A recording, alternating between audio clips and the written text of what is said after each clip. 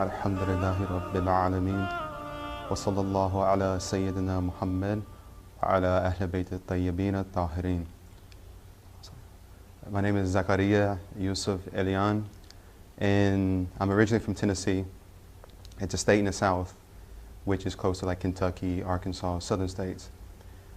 Which the town I'm from is Jackson, Tennessee, which many people may be familiar with the country that's near it, or the state, the country. Nashville. Nashville is about 2 hours where I'm from. And this is where mainly I was born and raised. Not born, I was born in Chicago, Illinois. But originally this is where I was raised for most of my life. And this is fairly no Muslim there. There's absolutely no Muslims here and there, very few. As my childhood, all I remember basically is like from a religious standpoint is that I knew my father was Sunni. He was of the Salafi madhab. But he wasn't the most devout practicing Muslim. So there really was never no influence there. And plus, as a young person, maybe the age of 2, my parents, they separated. So I lived with my mom most of my life until I moved out. And my dad being non-practicing Muslim, there was no influence there, so there wasn't an attempt to try to convert me and my siblings to Islam. But my mother was always a Masih, a Christian. And that's all I knew. So as I was growing up, I was a Christian. And we went to church every Sunday. We did the holidays. We practiced everything and the rituals of the Christian faith. But it was never something that was deep embedded in my heart as something that I can firmly say, this is my way of life. This is the deen, this is the religion that I firmly stand upon. But this is basically it, that I had 2 brothers, an older brother and a younger brother, and a sister. My older brother, Camille, he's 3 years older than me. And then my younger brother, Spencer, he's about 3-4 years younger than me. And my sister, Layla, who's 1 year older than me. And they were Christian as well. And we were all brought up Christian. But there was one instance when I was young, I was about the age of 12, I went to visit my father. I'd visit him on the weekends or on the summer breaks from school. And my grandparents were coming to visit as well. My grandparents is from Jordan. My dad is Palestinian. And when they came, I remember seeing they went to a room because the living room was right in front of the room and they left the door open. And I remember seeing them, they put the rugs. So that put an image in my mind. The Arabic rugs, we see on CNN news a lot of propaganda and propagation about Islam and Muslims. So then I seen them pray, and I seen them do all the different the acts that come with the prayer, and it did something. At that time it was an amazement, but it wasn't something that I could grasp. It wasn't something that I could say, I know what that is, but it left a mark on my heart. But that's one instance that I do remember. And also, occasionally seeing Quran, the Holy Quran in the house. Of course, it's usually the cover green with the Arabic on it. I remember when I was around the age 15, I was staying with my dad for the summer. I grabbed the Quran, and for no apparent reason, I just felt like taking the Holy Quran itself and writing Arabic on paper, practicing writing Arabic. And when I would get done, I would show my dad, and he'd be like, "That's very nice, that's very good." That's one interaction I had with the Quran. And then later, of course, about 17, I remember I had the Quran, and I spoke with my dad a few times. He showed me a video about Rasulullah sallallahu alaihi wasallam, and it really didn't grab me at that time. But it left an impression on my heart. Again, little seeds that were planted that blossomed later. But that's mainly from. Well, I was in, I did all my school in Tennessee, Jackson, Tennessee. The beginning school, middle school, high school. And the schools that I went to, there was no Muslim. There was no really interaction with other faiths. Everybody mainly practiced Christianity, and very few Judaism, Jews, and some were Hindus. That's mainly the contact of other faiths that we've had. But the schools there, you know, the school system was very loose. You had your gangs, you had your cliques, you had all these different aspects. So it was easy for an individual to get misguided, to be easily influenced to join these types of cliques, these type of gangs, these affiliations. So there was a lot of bad influence of the schools that I grew up in. And everybody was doing everything beside lessons of school. So it was very hard to focus, but you know, everybody got by. But that was the main thing. The schools, they had no structure. There was no structure like you see in like an established school or a college or a hausa. On September 11th, that day we were in fourth period of class. High school has 4 periods. And in the 4th period, our teacher turned on the TV because all the classes had TVs. So as we were watching the TV, they said news alert. And on the news alert, it showed that the 2 planes as they hit the Twin Towers. So my initial impression was just shock. I didn't know what to think. I didn't know what was going on. I remember a few students in class, they were, you know, crying because they had family members, distant family members that worked there, and possibly were killed as well. So when I went home, I went to my friend's house. He lived right down the street from me. I went there and we talked. I was like, what happened? What's going on? And he explained it. So I was just like, I was in amazement. I really couldn't really think much. I couldn't say much. It was a shock. And from the aspect of knowing that my father is Muslim, I really don't remember what I thought. It was just, I couldn't believe what happened. And I was like, I just pray and hope that they don't give a hard time to my dad.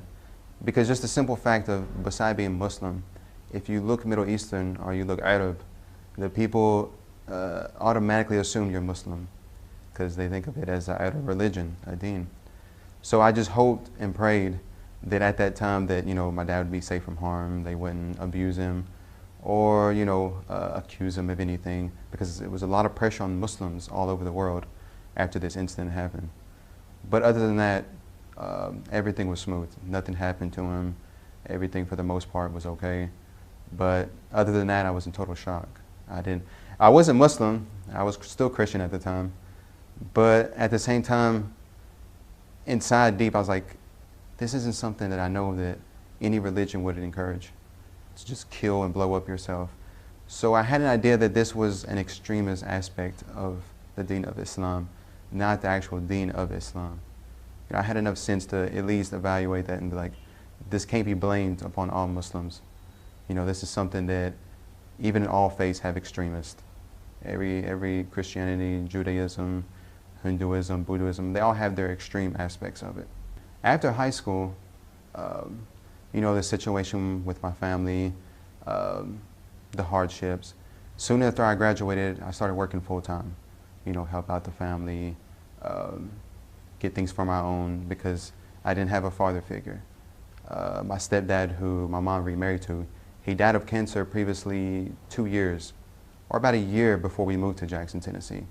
So the family was still unsteady, and after high school, I felt that it was more important at that time to work full-time, get on my feet, get the things I needed, and help out the family as well. But after that, I eventually entered a trade school. I didn't want to go into college and do all the long years and come out and just be like, okay, then what? I wanted to get something that I could get in a year or year and a half and go straight to work, like trade school. So I did trade school for masonry, Freemasonry. And I did that, finished it, completed it. But that's the only school I did after high school, other than working full-time.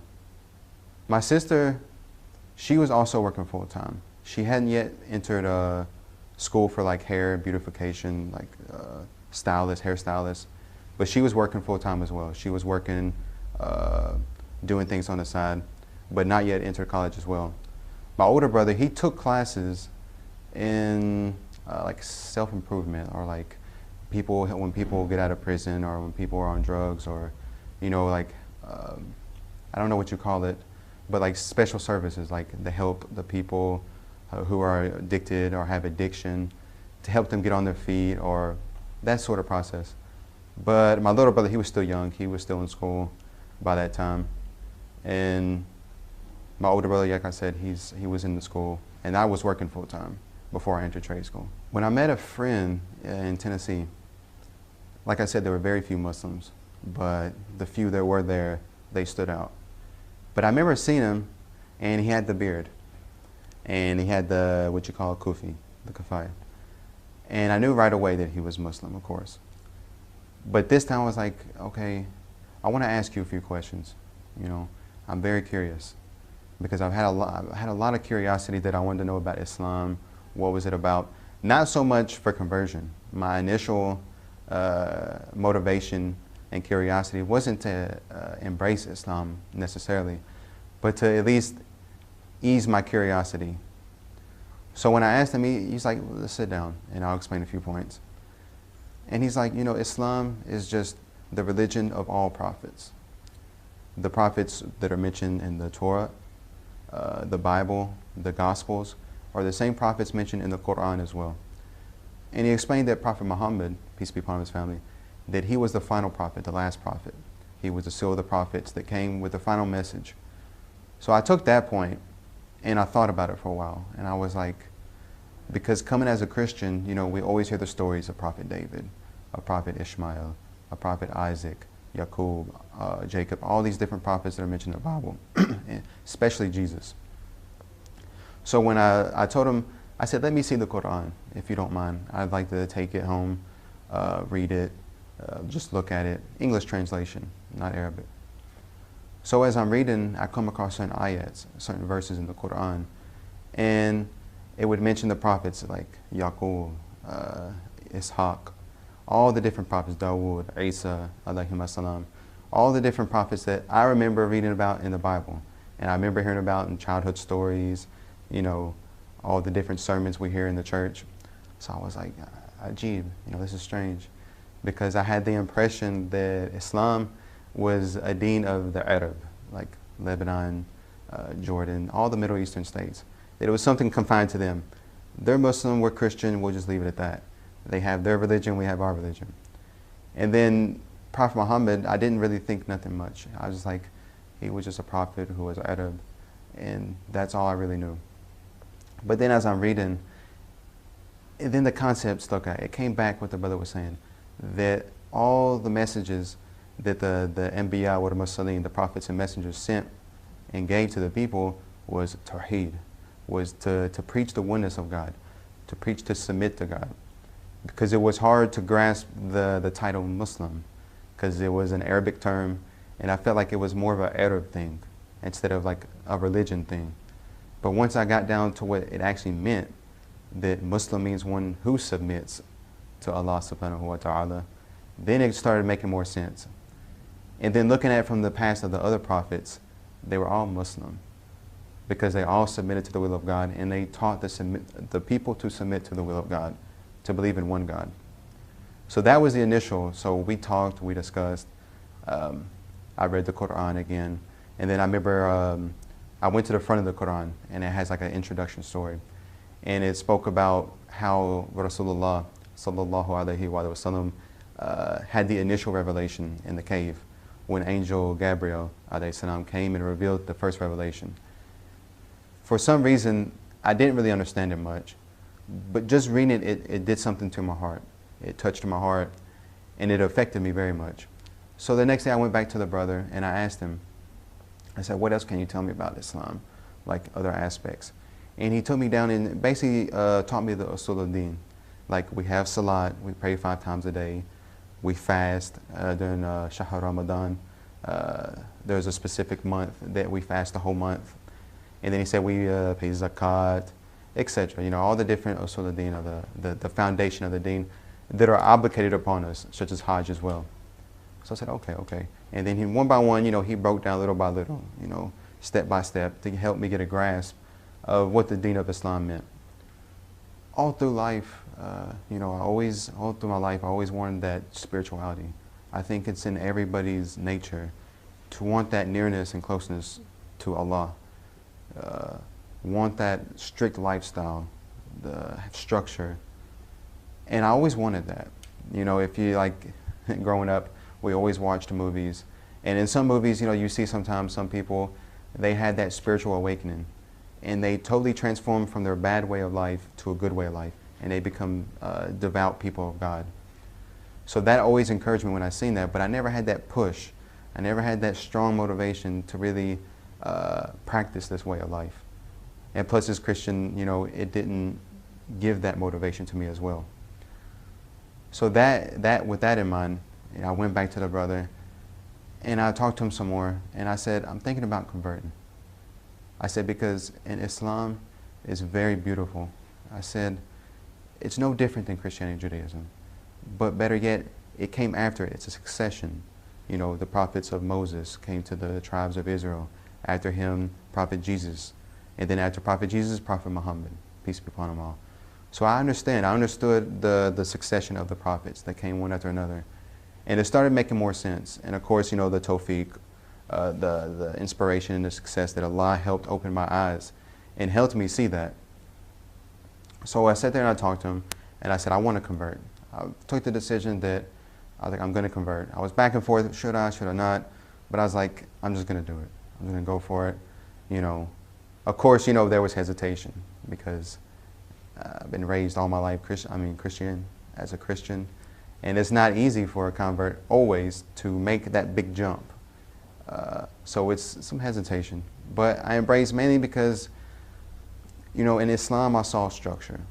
I saw a systematic way of beliefs. They were definite, they were explained. In Christianity, we didn't have that. In Christianity, if you look in the Bible, it's hard to see many verses that talk about the akhirah, the hereafter. In the Quran, it speaks explicitly about verses of what will happen in the hereafter, whether it be in heaven or it be in hell. And also like the structured laws that are in Islam.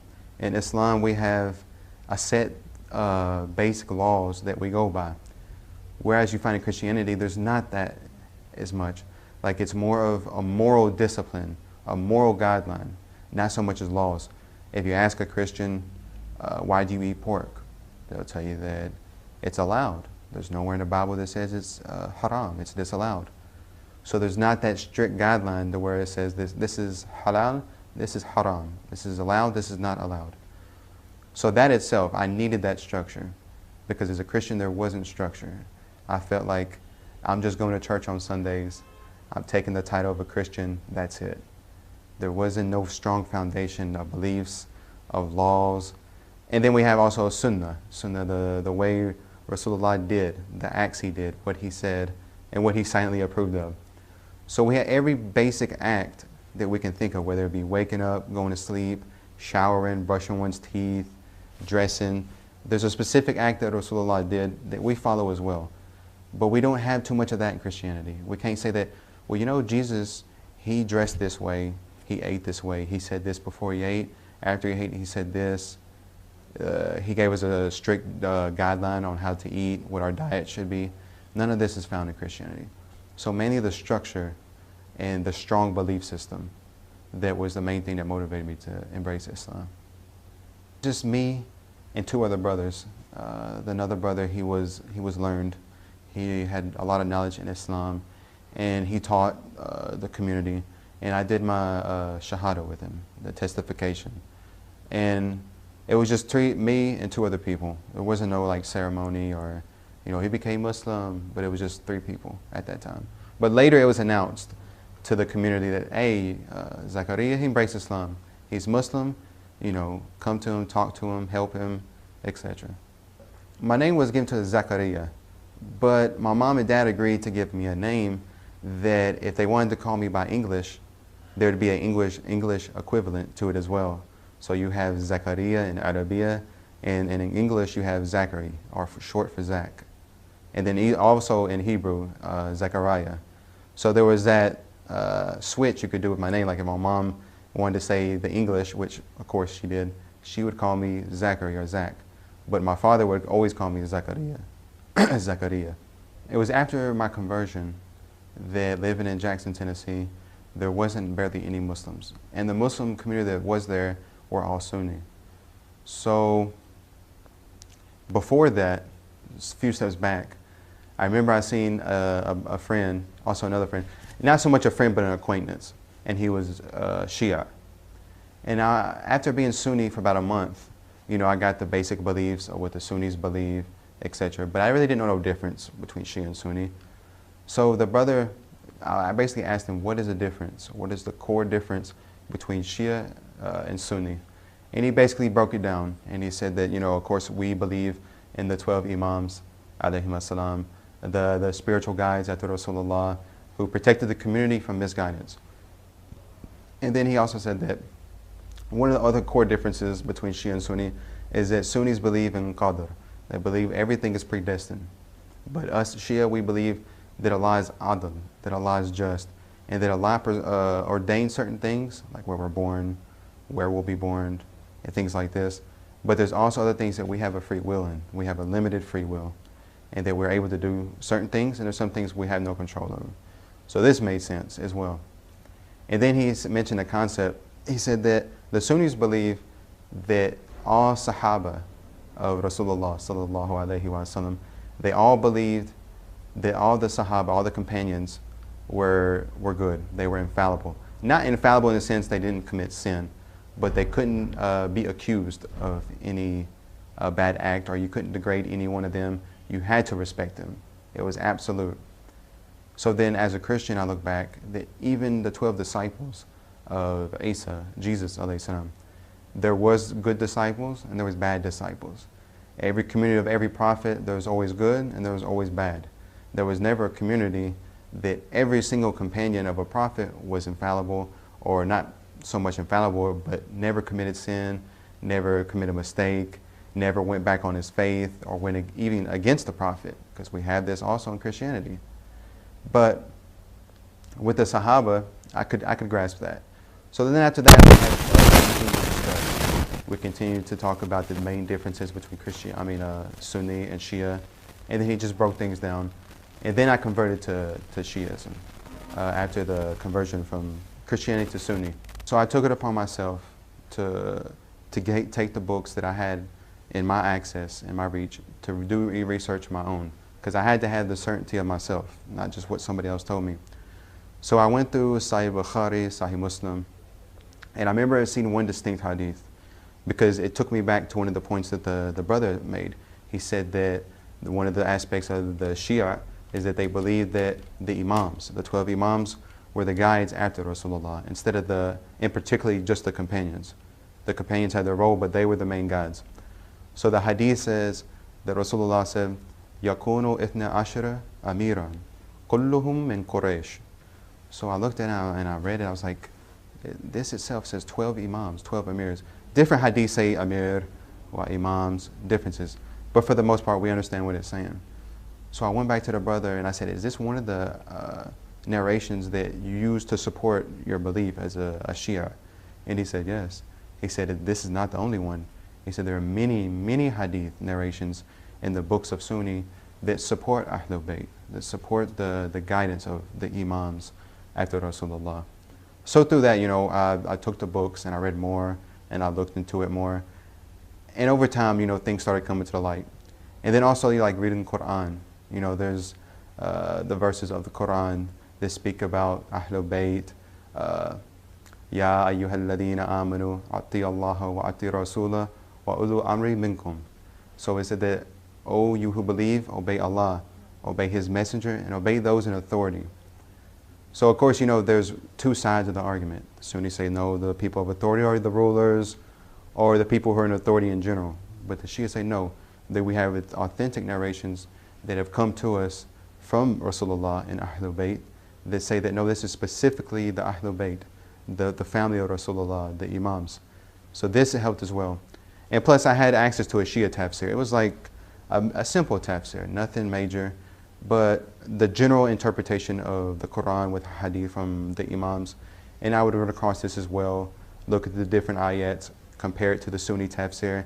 So I was kind of back and forth, just comparing, studying, asking questions, until finally, alhamdulillah, Allah gave me tawfiq. Allah opened my heart, and He helped me see the beauty of Shia Islam and the different aspects of the beauty of the different beliefs and that revolves around Ahlul Bayt, and particularly alayhim as-salam. So after that, I became Shia, The place where I was at, of course in Jackson, Tennessee, there wasn't many Muslims. And the Muslims that were there were Sunni. So on top of that, I felt very restricted. I felt very like I was in a tight spot because I was reading different books that I would order from Iran. I got books in Syrian publications. I would write them a letter, they would send me books. So in English translation, English books. So I would read all the time, different Shia books about the beliefs, history, and particularly history, because the history opened my eyes to a lot of things that occurred. So this itself, it helped a whole lot. And I just kept reading. But at the same time, as I'm reading, when you read something new and it's exciting, you want to share it. Anytime you learn something and it's exciting, you want to share it with somebody else. Or you may have questions. So I had access to Facebook. So I had, shuyukh, scholars who were from Qom, from Najaf. I had other brothers who were studying the seminary in the house as well. But it's not the same being in physical contact with other Shia and being able to converse with them, interact with them, and other things like that. So I felt very restricted. So what I was doing, I was working and I was doing trade school, and I had my mind made up that I was just going to work trade school and just study as much as I can, because my studying was just a passion. It was a love. I found something very beautiful, and I just wanted to get more and more and more and learn more about it. So the brother mentioned to me, he said that, as much as you study and as much as you're into the religion, you should go to the Hawza. So at the time I knew nothing what Hawza was. He said it's a seminary where students come and they study full time. So I said, okay, I'll take that in consideration. So I went to a friend, he's Ali, he's from Basra, Iraq, he's a Shia. But I didn't really associate too much at that time. So when we talked, he said, yes, this is what the house is, this is the layout, this is what you'll do, etc. So I said, okay. So I went home, I thought about it, and I thought this was a very good idea. This is the main thing that I've been wanting. So I went on Facebook, and I talked to a few people, got some advice, like, what do you think? It's a big step, but what do you think? Like, yeah, if that's what you want and Allah is guiding you in that path, take it. So the next step was that I needed contacts, because I tried calling the Hawza, and it's not the easiest process. So I was trying to make contacts. So it just so happened that I went on the internet, I went to different websites, Shia masjids or Shia centers, and I was trying to get as much contacts as I could that I could call them, get questions. Could you help me in the process of getting to Hawza? So they're like, oh, okay.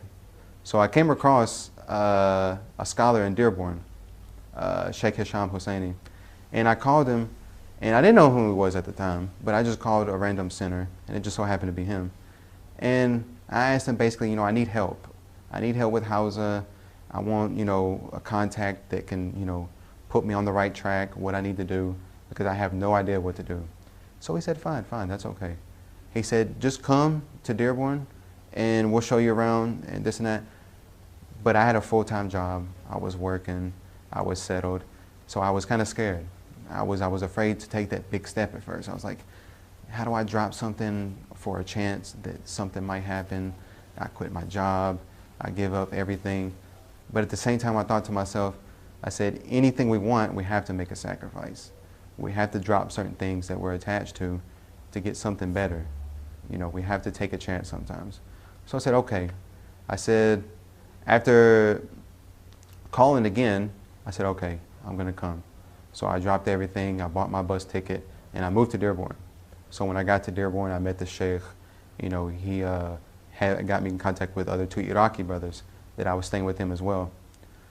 So when I was working in the center, it was during Shahr Ramadan, I was helping out during the month of Ramadan, setting up chairs for the majlis, the lectures at night. And the person who so happened to come speak was Sayyid Bakr Imrani. And I remember sitting to them, talking to him in the library. We were in the library. And I asked him, I said, do you know anything about the Hawza? Can you can you help me as well? What can you do? So he said, let me make some calls. Let me see what I can do. Initially, we tried to get into Najaf. I was just going to go ahead and go to Najaf first, come to the Hawza and study. But we had second thoughts that, well, maybe it's better that we can find a house in America that you can learn Arabic, you can learn the basic studies, get strong, then go to the Hausa in Najaf or Qom, whichever one you choose. So he called, he made contacts, and he called my teacher, my foreign teacher, Maulana Beg. He has a Hausa in Florida, Sanford, Florida. So he got in contact with Maulana Beg, and he talked to him. And he's like, yes, I had this guy, good brother. He's a convert from Christian to Muslim. He's looking to have a place to study. What can you do? So Maulana Beg, let me talk to him. So when I talked to him on the phone, he was like, if you can come by September 6th, you're in. I was like, wow, is that easy? I was like, I can just come? He's like, yeah. So of course, when I got there, I did the paperwork, but nothing was done. Just like, if you want to come, come. If you're here at this time, you're accepted. We have an open bed for you. So I was very excited. So that was the transition from Dearborn to Florida. So when I moved from Florida to Dearborn, then I moved to Florida to enter the Hausa in Sanford, Florida. My mother, I remember one of the first things she said that if you don't stand for something, you'll fall for anything. So in other words, at the same time, she's like, it's good you have a stand, but make sure you take a stand with this. Don't be wish-washy. Don't be with it one day and the next day, I'm on something else. In other words, encourage me that if you're going to do something, do it all the way and do it wholeheartedly. But there was hesitation. Of course, as a mother, her son embraced a religion that's other than her religion. Every parent wants their sons and daughters to be on the same religion as they are, to give them that reassurance that they're on guidance. As for my mother, the initial response wasn't good. There was hesitation, there was hurt. But after a while, she's seen the change that compared to how I was when I was non-Muslim to how I am as a Muslim, she's seen a big change, whether it was from akhlaq, my conduct, whether it was how I treated people, how I treated her, how my attitude in general was with life. Islam gives you a broader outlook on life. Everything has meaning, everything has a purpose, and that we understand that there's a life in the hereafter and we have to work for it. And we have to try to do as many good works as we can and try to please God always and be close to Allah subhanahu wa ta'ala.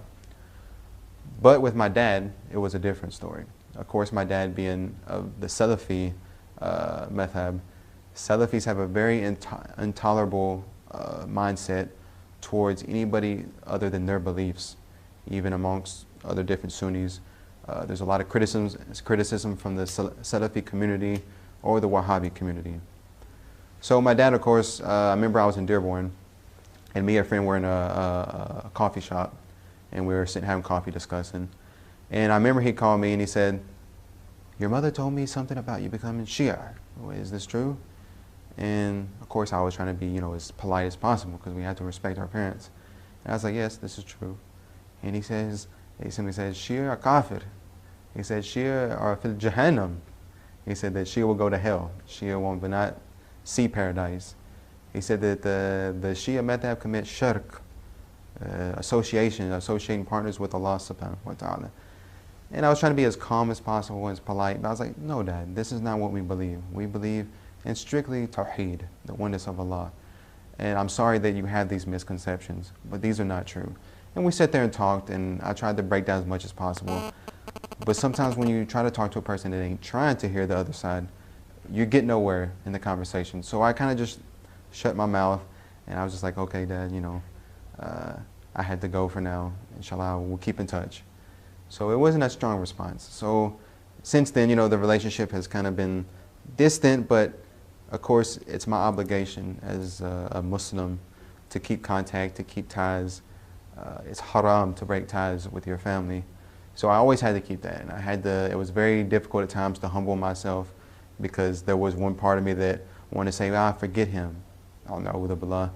But the other part is like, no, I'm a Muslim. I'm different now.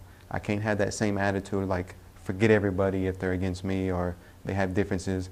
I had to change that mentality within me. So I was like, no, you be the better person, keep contact with him, call him, and do what you can. And at least you know that you're pleasing Allah subhanahu wa ta'ala. In Florida, they have a program under Maulana Beg. He has a specific program that's laid out for not just converts, but for anybody that doesn't have the strong basics of Arabiya or Aqaid, just getting a stronger foundation in the core subjects of Hausa. So it's a 2-year program that specializes in teaching Nahu, sarf, which is Arabic grammar, to help get better at reading Arabic books. Because once you come to Najaf or Qum, the books are either in Arabic, or in Qum there's Arabic and Farsi. So you have to get that tool itself to open up other doors to get the knowledge. That was one. Then, of course, fiqh, usul fiqh, mantiq, and all these other different subjects that we study, like mantiq logic, to study the different aspects of logical thinking that protects one from making a mental mistake, like Arabiya, sarf and nahu. It protects one from making a mistake of the tongue. Or when you're reading Arabic, it protects you from making mistakes in your reading as well. So these are the different subjects we studied. And I stayed there 2 years. But when I talked to Maulana, I asked him, my plan is to go to Najaf or Qum, either one. I said, will I be able to go after this? I don't want to just study 2 years, go back to the States, and go back to the same thing I was doing. I said, if I do it, I want to go all the way. I want to study years and years and years. He said, that's the whole plan. He said, when you complete the 2 years, we'll either send you to Najaf or Qum, it's your choice. So I said, okay, bet, I'm coming. That's the initial plan. So after the 2 years, I graduated from the seminary. Of course, I bought my ticket, and I just remember I wasn't so much focused on the Hawza initially. The main thing I was longing for was ziyarah to Imam Ali, Amir al-Mu'mineen alayhi salam. That was the main thing that I was focused on. Hawza was secondary. That took the second spot for the time being, because of course the Shia, and we love Ahlul Bayt, and we want to visit their shrines. There's a hadith narrated by Rasulullah. He said, Inna la kulli shay'in asasun, asasu Islam, hubbana Ahlul Bayt. He said that for everything there's a foundation, and the foundation of Islam is love for Ahlul Bayt, love for the family of Rasulullah. So then I got my ticket, and there's a saying in Najaf. They say that if you come to Najaf for Hawza, for knowledge, you'll get nothing. But they say if you come for Amir al-Mu'mineen alayhi salam, then you'll have everything. So when I got here, I was like, well, that's the mindset I had. So inshallah, everything will fall into place. So I came to Najaf. I've been in Najaf al-Ashraf for 3 months now. And the experience has been the most beautiful experience I've ever experienced in my life. It has been spiritually uplifting, mind-opening, eye-opening, and it really helped me see a different part of the world, because this is, of course, the first time I've ever been to the Middle East. So that was an excitement as well, to see the different lifestyle, the different culture, all these different aspects. And then, of course, the Hawza itself is a beautiful aspect of Najaf al-Ashraf as well.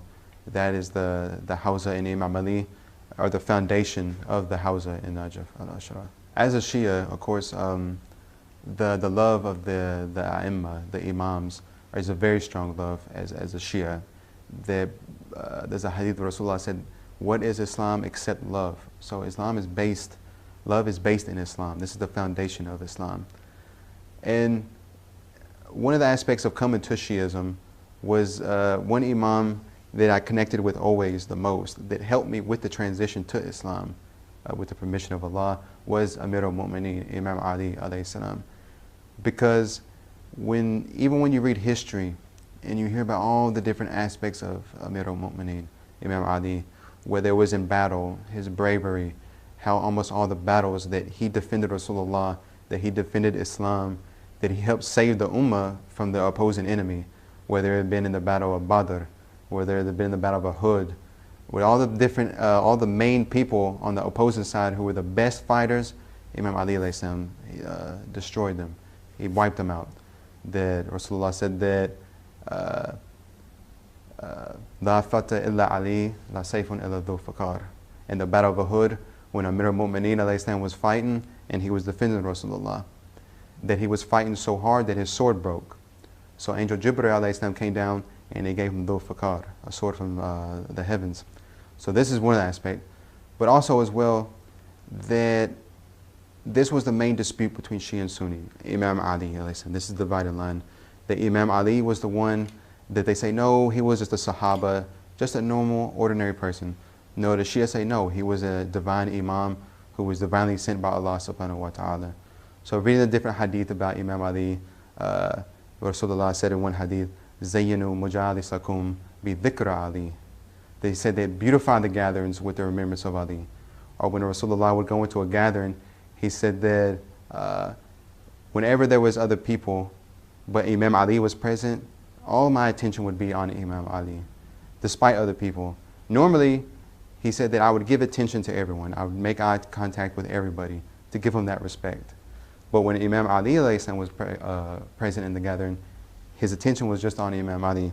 So this aspect, it opened my eyes, and ever since then there was always that intense and close connection with Amir al-Mu'mineen, because reading about him, you know, it just impresses you, the different characteristics, his character, his worship, everything about Amir al-Mu'mineen. It impressed an individual to say that this had to be somebody sent by Allah. This can't be no ordinary individual who's just a normal companion, but it had to have been somebody who was sent by Allah subhanahu wa ta'ala. My aim, of course, is to complete at least 10 years in Hawza. I want to be able to get very strong, be very learned, so that when I do go back to whatever community Allah wills for me to go, because of course we plan, but Allah plans also. So, you know, we can have a plan, but Allah may want us somewhere else. But whichever community I go to, or wherever place in this world that Allah wants me to be at, that I want to know and be reassured that I'm firm, that I'm not just somebody who knows a little bit. Of course, any knowledge we have is a little bit, but I want to at least be firm in the little knowledge that I do know, so that when I go back, I can teach other people. And the main thing is that I just hope to be an inspiration for people, that they can see that somebody can come from a rough background, came from as a Christian, he became Muslim, came from Sunni, that came to Shia, that other people can do that as well. Whether you're a Jew, Christian, Hindu, Buddhist, that we have to keep an open mind. We have to research, we have to look at for ourselves, and not just accept everything that our community or our family give us, but we have to look into it ourselves. We have to get that yaqeen, that certainty in our own heart. And I just hope that this is going to be inspiration for other people as well, to help bring them to Islam, to help bring them to the love of Ahlul Bayt, alayhim as-salam. You know, the one aspect of Islam is not so much what we say all the time, but it's our akhlaq, our actions, that Rasulullah, he helped many people come to Islam by his good conduct, by the way he dealt with people, by the way his relationships were even with his enemies. A quick story to give an idea of this is that when he would walk past a woman's house, she would always abuse him and throw trash on him. So one day when he walked by, there was no trash. The woman was absent. So he was like, where's she at? I must check on her. So he inquired about her, and the person said, she's sick. She's on the bed, and she's close to death. So he said, I have to go visit her. So he went to visit her. When he visited this old woman, she was so shocked, and she just started crying. So we look at that the way he even treated those who treated him bad, the enemies.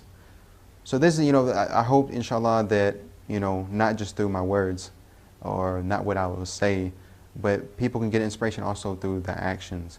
You know, and a lot of times converts who convert to Islam are people who are on the verge of converting to Islam. There's that hesitation of what will my family think, what will my peers think, what will my community think. You really have to put that to the side and do what you know is right. Anything in life that we do, it takes sacrifice. Nothing comes easy. Nothing comes with comfort. Everything comes with hardship when it's worth the sacrifice. When it's something you're working hard for, it's never going to come easy. The same thing, you have a teacher and you have a student. If the teacher sees potential in the student, he's going to test him. He's going to try him hard. He's going to put him to that hardship. It's not easy. The same thing as a convert or somebody who's on the verge of converting to Islam. That they have to just be strong-minded and just focus and know that if I know this is the truth, I have an obligation. This is the truth, I have to embrace it, regardless of what people think. The thing that matters is what Allah thinks, what our Creator thinks. That's the main thing that's going to count. So I hope that, inshallah, that people can be inspired and inshallah, at least take the step to research. If anything, to give that motivation to research about Islam, to see what Islam is. If anything, at the end of the day, it can be that they have more of an understanding of Islam now. They've rid away all the misconceptions of Islam. They dispelled the misconceptions that they've been taught. So, inshallah, I hope to achieve this as well, inshallah. Only by tawfiq of Allah subhanahu wa ta'ala.